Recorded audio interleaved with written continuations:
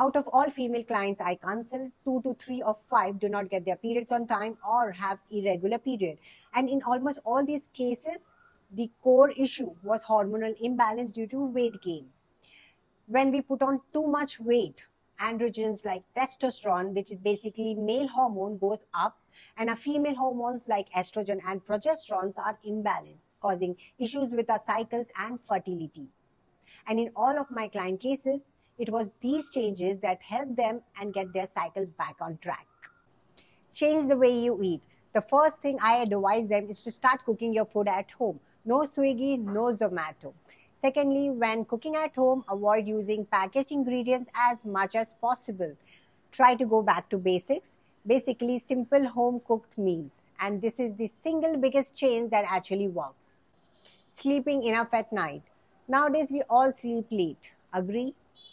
This disturbs the circadian rhythm and can result in our hormones to go haywire. For example, lack of sleep raises our cortisol levels, which can affect the balance between estrogen and progesterone and also slows down our thyroid.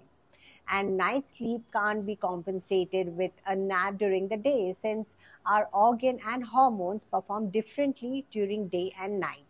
So keep everything aside and try to go bed early so that you can get 8 to 9 hours of sleep at night. Balance your workouts. What I mean to say is, if you're not doing any exercises or are completely sedentary, please start some activity now. Or if you're doing intense workout, make sure you're resting enough.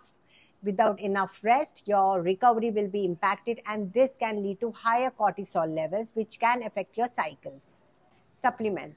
A vitamin and mineral deficiency can also affect your periods, especially these. So check your levels and supplement if you're deficient in any of these. So girls, before you start taking medicines to get your period, try these natural methods first.